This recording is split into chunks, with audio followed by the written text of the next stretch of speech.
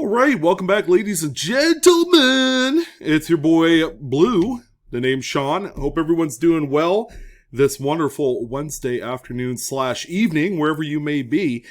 But, well, it was bound to happen. Pocket Change Market Report coming to your household every Wednesday, June 7th, 2023. We are 7 days into June.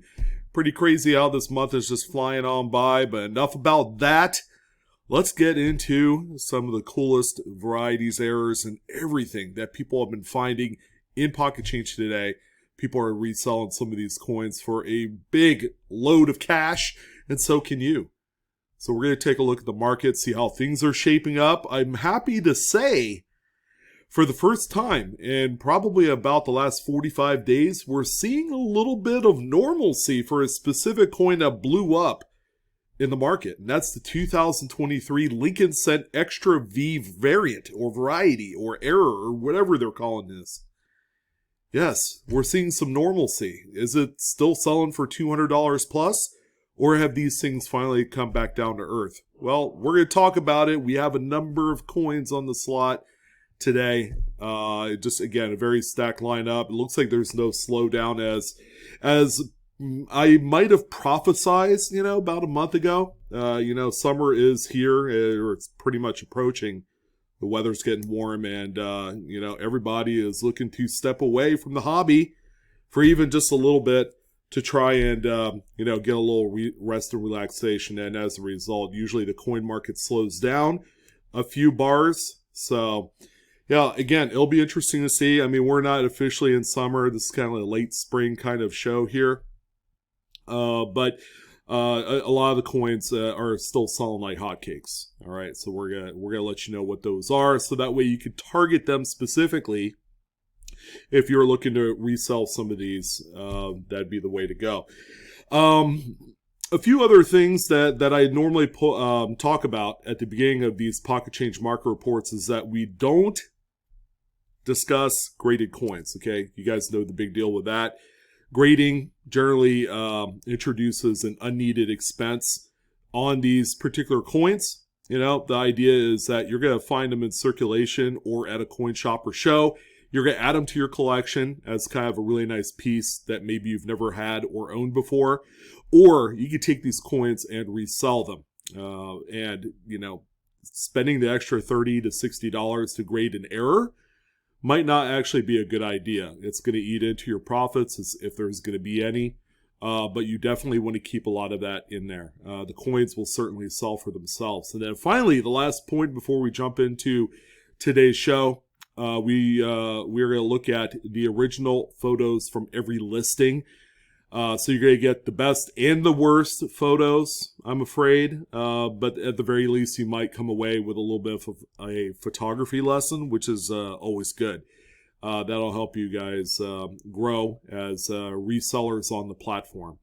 So quick little note about this upcoming Friday Whatnot stream. We will be up and live June 9th, 5 p.m. Pacific Standard Time, 8 p.m. Eastern. Friday Night Lights, baby. Let's do it.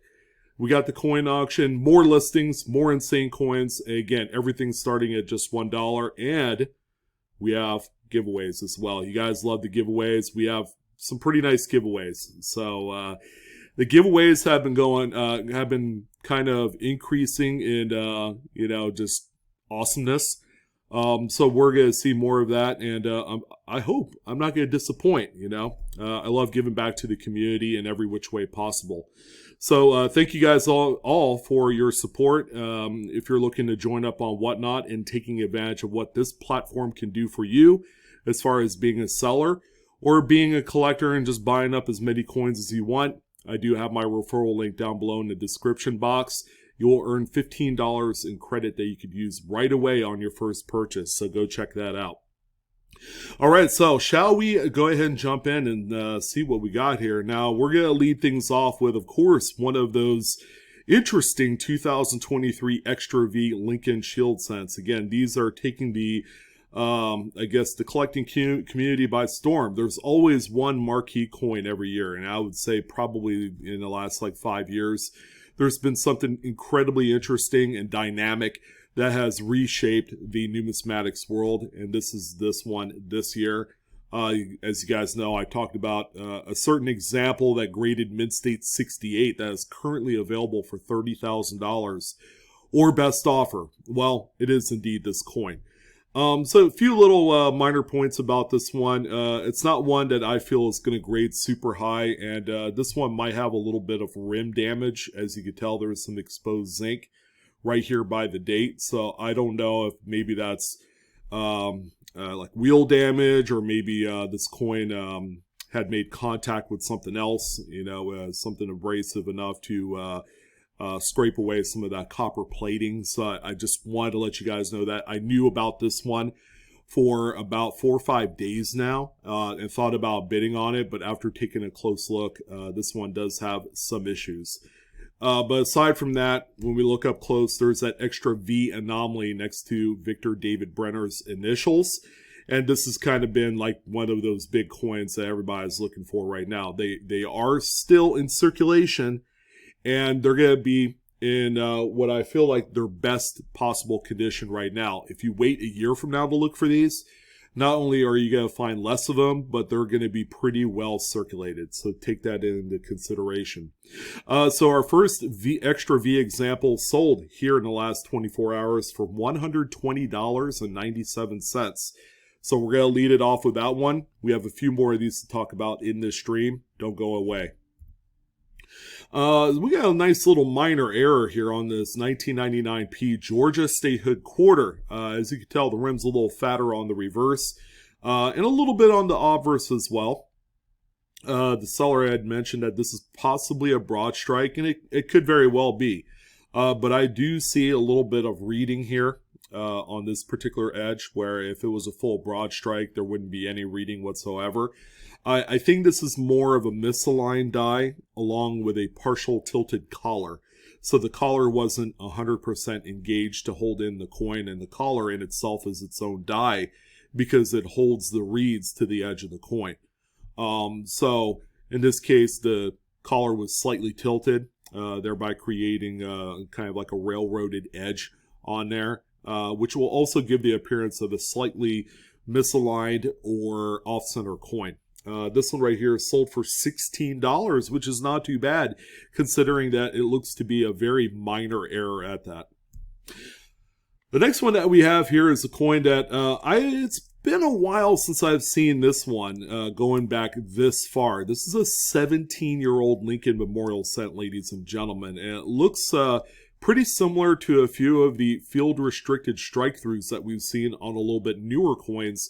I believe, last year, 2022, with the X-Ray Eyes Lincoln, is one of those coins that looks rather similar, but this one also that same thing as well. Now, these are, just strike-throughs. There's going to be some sort of matter of grease and various other debris that's mixed in that create a little bit of hardness to them, and that's why they're able to produce these anomalies that you see here on the finished product. Now this one has a number of various strike-throughs. There's even a spike that's right behind his head on there, but a lot of it is, forward-facing, right in front of Lincoln's face there, right above the date. Pretty cool coin. It does have kind of a silvery look, but I think that's more of the photography and the light balance issue that we're seeing here. But this one sold for a cool little $10 bill.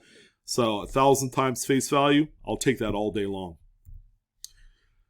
So there were a couple lots. There wasn't a whole lot here in the last day or so, but we have actually something neat. A lot of 10 Roosevelt dime errors. And a few of them do have dates. They're a little bit tough to read, so I'm not going to go through all the effort of telling you what those are, because they're hard for me to see. When you have coins grouped up like this and you take a collective picture, the overall quality is not going to be that great. So just keep that in mind while it's okay to batch coins into separate groups and take photos to indicate a lot.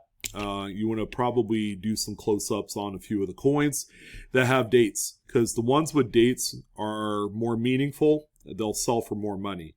So a lot of them are predominantly off-center, except for the top right coin, which looks to be a wildly uncentered broad strike. That thing is huge. It's probably pretty close to being about the size of between a nickel and a quarter, or somewhere around there. It's that big. But the idea is you could take a lot like this, buy it, and possibly resell each one as just individual buy it now listings.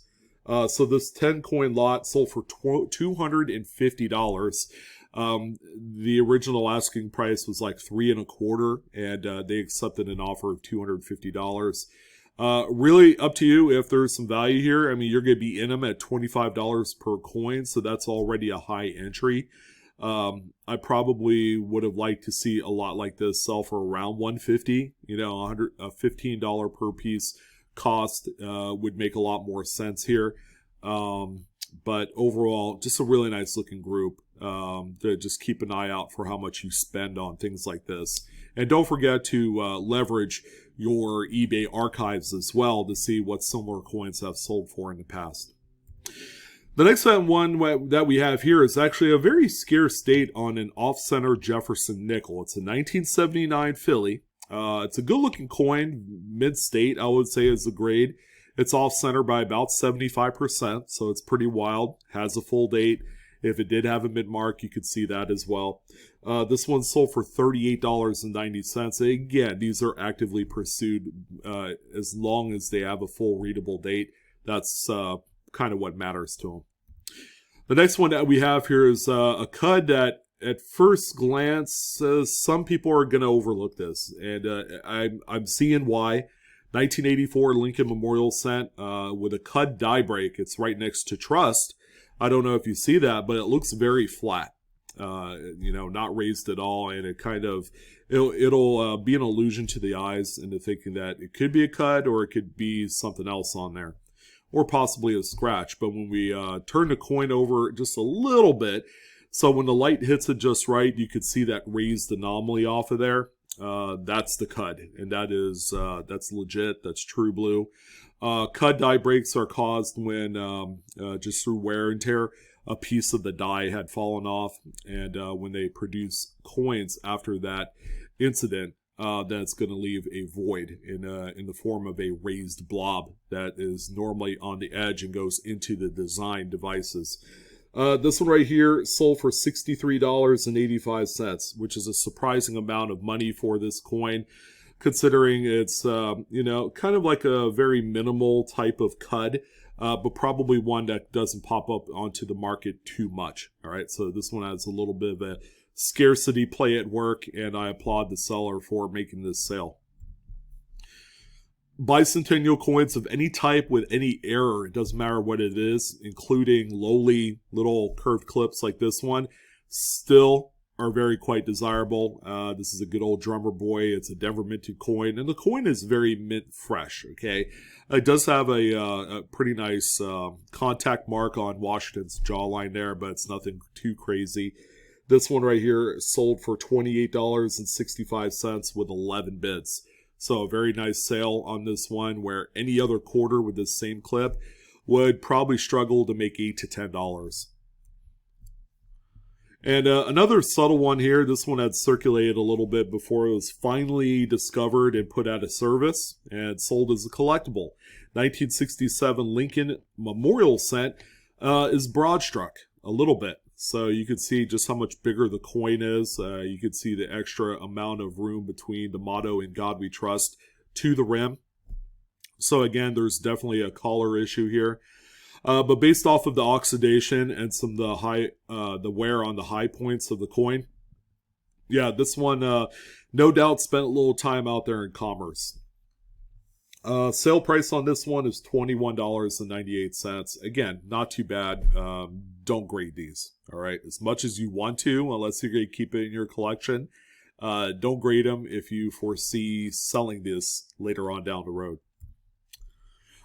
Great one here, but again, this is kind of like a buyer beware type of listing. I mean, I don't see anything super wrong with this coin. It's a 1937D Buffalo nickel, 3 legs. All right, so that front leg was over abraded or over polished. Just the way that the coin is, photo wise, it's kind of hard to tell, if it's, I know it's the real deal, but for some other folks, this one could trick the eyes a little bit with the extra glare.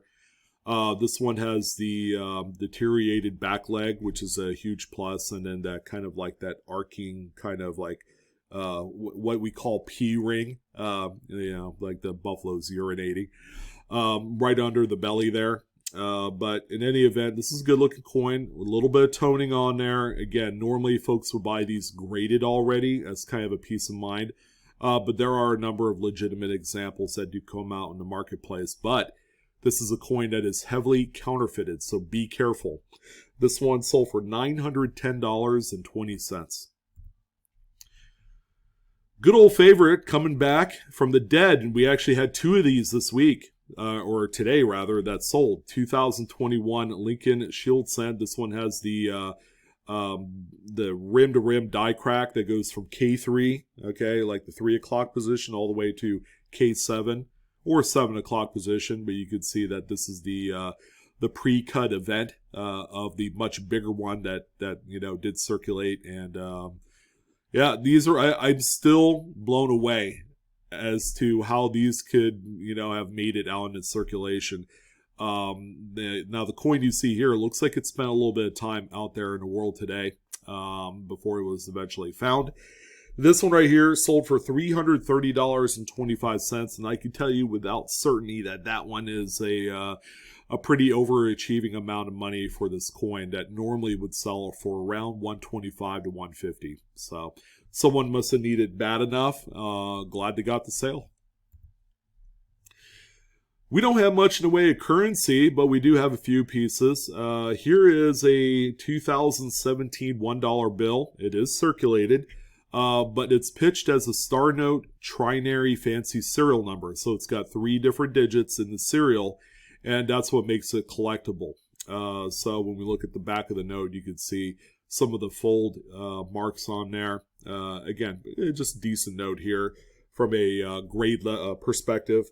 But anyways, who could argue with a $30 sale on this? So, turning $1 into $30 doesn't have to always be a magic trick, but you can make it perform as such. So we do have another Extra V 2023 Lincoln. So where did this one sell at? This one is actually in phenomenal shape. The coin is quite the looker. Very, very clean example. Here's another close-up of that anomaly as well. And it's all placed in that same position right there. There are no known examples where the V is in any other spot unless it's this one here. So just wanted to let you guys know that there are people that have said, oh, I found one that's like right on top of the D, or it's a little bit higher up, by Lincoln's throat and all this other stuff. I'm like, nope, those are not the ones. Okay. Contact marks can look a lot like what we see here with this V anomaly. So this particular one right here, $128.75. So the first one that we looked at to kick off today's stream, $120. This one, $128.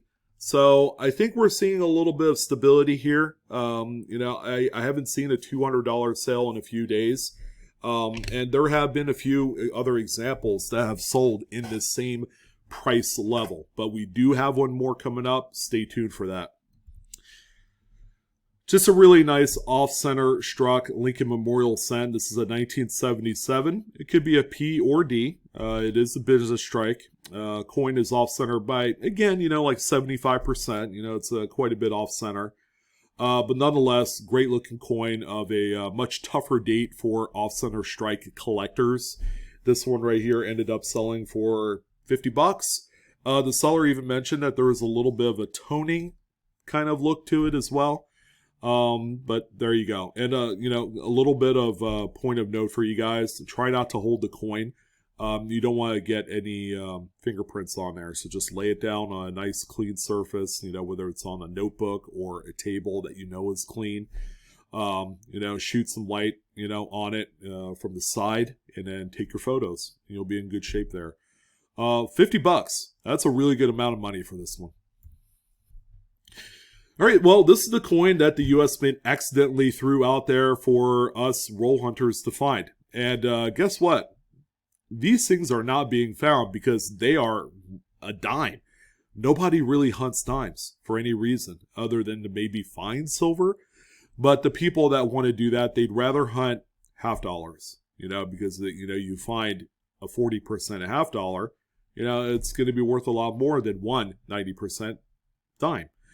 But this little gem right here, ooh, spicy. 1982, Philadelphia.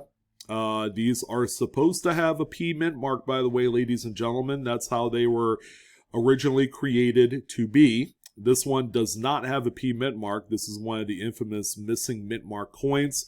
It's the only one known today on a business strike. All of the other, like no S coins are in proof sets. So this one's always interesting because you can still find these in just really top-notch shape. This one is considered the strong variety, which shows a really nice heavy strike.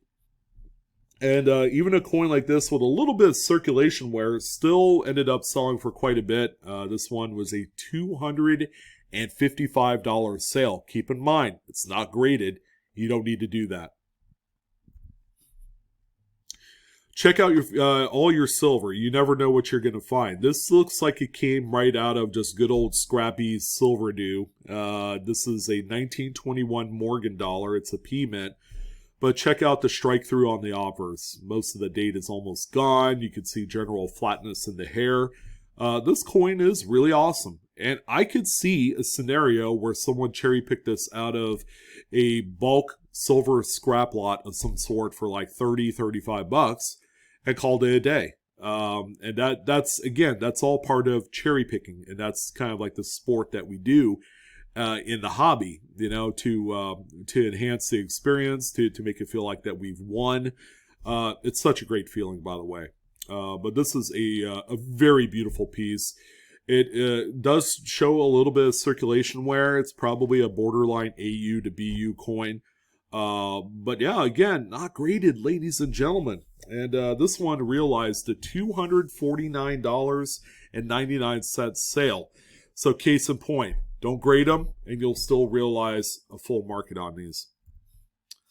Now here's our other, die crack on the 2021. This is the K3 to K7 die crack. The one that we saw previous was in much nicer shape. However, I wouldn't throw these back even if they didn't look too hot. All right, they're all gems. This particular one right here sold for $160, and that's a little bit more like what I'm used to seeing value-wise from these particular errors. All right, well, this is our one and final extra V. I didn't want to flood the PCMR this week with nothing but extra Vs because I could have very well done that. It might be like 3-4 days of activity, but yeah, there was enough sales to support a full pocket change market report on just this one coin. So this one is the least impressive out of the three. It does show a little bit of circulation wear. It's got a few contact marks. It doesn't look as polished as the last two examples I've seen.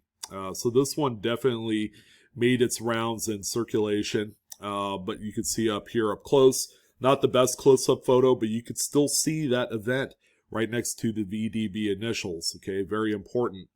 This particular one sold for $74.25 with 6 bids. So about 45 to 50 bucks less than the other two examples we talked about. It was important for me to post this particular sale to go along with the other two, just to show you the little bit of a discrepancy in price based off of a little bit of circulation wear. Again, this coin isn't nearly as great looking as the other one. So, still a very, very valuable coin. I wouldn't overlook or throw it back for any reason. I would certainly keep these. So make sure you know about that. A few very wild errors today. This Jefferson nickel has a large and in charge curved clip. It's really easy to see this one. It is circulated. Someone probably thought this was a garage job, but it is the real deal. It's even got a little Blakeslee effect on the opposite side rim.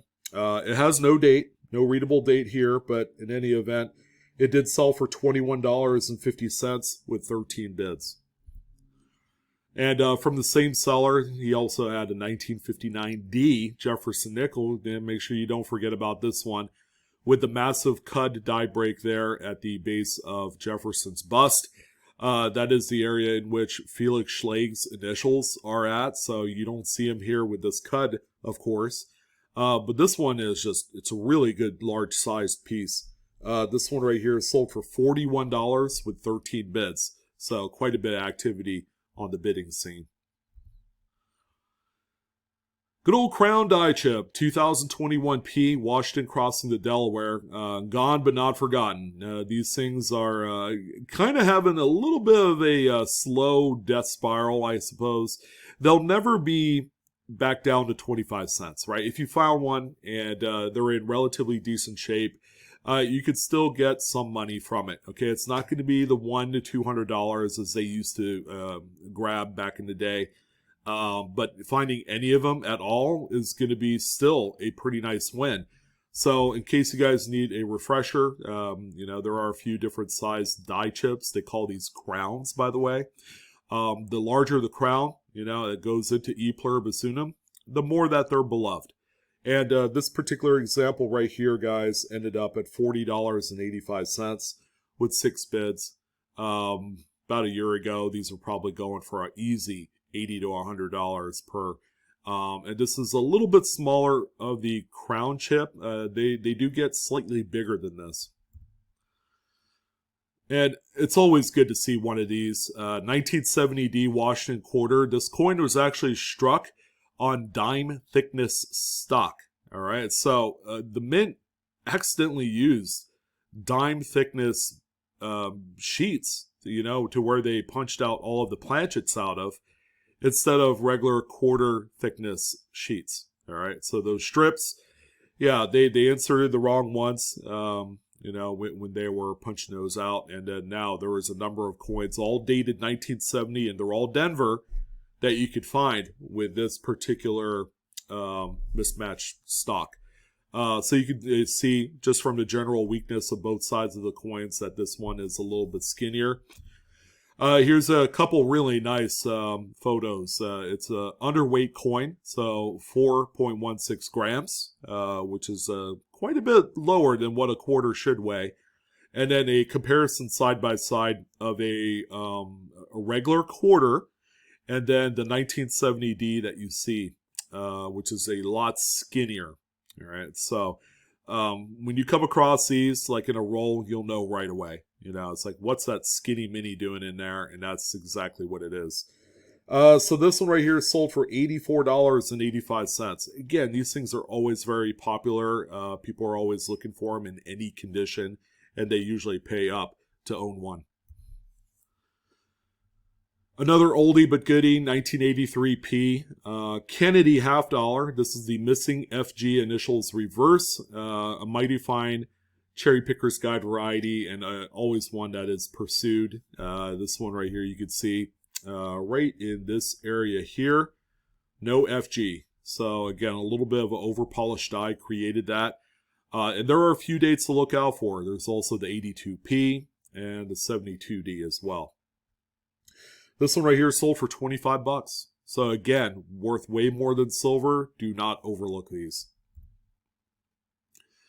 And much like the Crown die chip, we also have one of the Tuskegee Airmen Strikethrough quarters. So it's got the burning building on the reverse. That's not part of the actual design. That's a Strikethrough. And this coin's in relatively good shape. I would say it's probably a low-end mid-state coin. But nonetheless, these are still floating around out there in circulation. And please do not throw these back. Always hold on to them. This one right here is sold for $56.36. with 21 bids. Again, the glory days of $200 to $300 sales for these is long gone, but still, the money that you can still get from them, very impactful. Very cool one here. I mean, this is going to take some dedicated hunting to find something same as this. 1862 Indian head cent, and the coin is in phenomenal shape. Really nice, solid AU plus condition coin. Nice, even, solid brown. I mean, what's not to like here? What makes it even better is that it is a well-known doubled die. Check out the doubled arrows, the doubled ribbon bow, and a few of the leaves are doubled as well, especially the leaves to the left of the C in scent, as you can tell. This is also Snow 6 variety, which is a very nice variety. Again, coins like this, you know, a lot of people don't know a whole lot about them, and that's okay. This is kind of more advanced cherry picking. This coin, by the way, is sold for $201. So there is a considerable premium for this variety, even though the coin is in great shape. Very good key date here. I mean, if you're a completionist of Lincoln Cent collecting, the 1922 plain no mint mark coin is one you need to add to the list. Now, it's going to cost you a fair amount of change to own one, but if you're looking to get every coin in an album, you will probably need this one. So they're not cheap, and you ideally, you know, to keep a coin that is worth some money, you might as well go for the die pairing of the strong reverse. So yeah, there's a actually not so strong reverse where it looks very weakly struck. Those are the least desirable. But all of these coins were just supposed to be minted at the Denver Mint. It's a 1 mint year, and there were a number of coins that that leaked from the Denver Mint that didn't have any mint marks on them. Call it clogged die or what have you. This one right here is sold for $640.50 with 27 bids. Kind of a gamble for a raw coin, but it does exhibit some nice wood graining on the obverse, which I think is really neat. A couple more odds and ends to end off the pocket change market report. How about 1964 Kennedy half dollar struck on a defective planchet? You can see the fissured ragged clip right there. So yeah, I mean, a defective planchet, it happens, and we see it on all various dates of coins, old and new.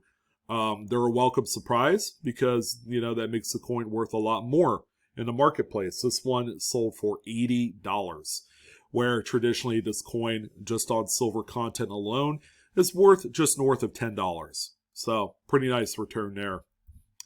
And the final one, of course, Coins and Cards threw out another banger, a 1972 Lincoln Memorial Cent. This is the doubled die obverse FS101.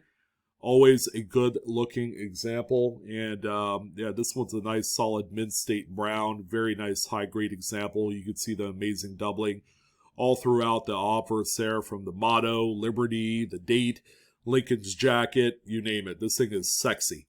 And this one, no doubt, sold for a lot of money. $620 was the final sale price, and that's with 50 bids. Everybody was clawing and scratching to own this one, but there could only be one winner, and they have a beautiful gem here at that. But that's going to go ahead and wrap it up, ladies and gentlemen. I'm your host, Sean, with Blue Ridge Silverhound. Thank you again for tuning in. You guys are fantastic. If you guys are going to be doing hunting here pretty soon, I wish you guys nothing but the best of luck. Go ahead and get them and make me proud. Would love to hear about some of your finds.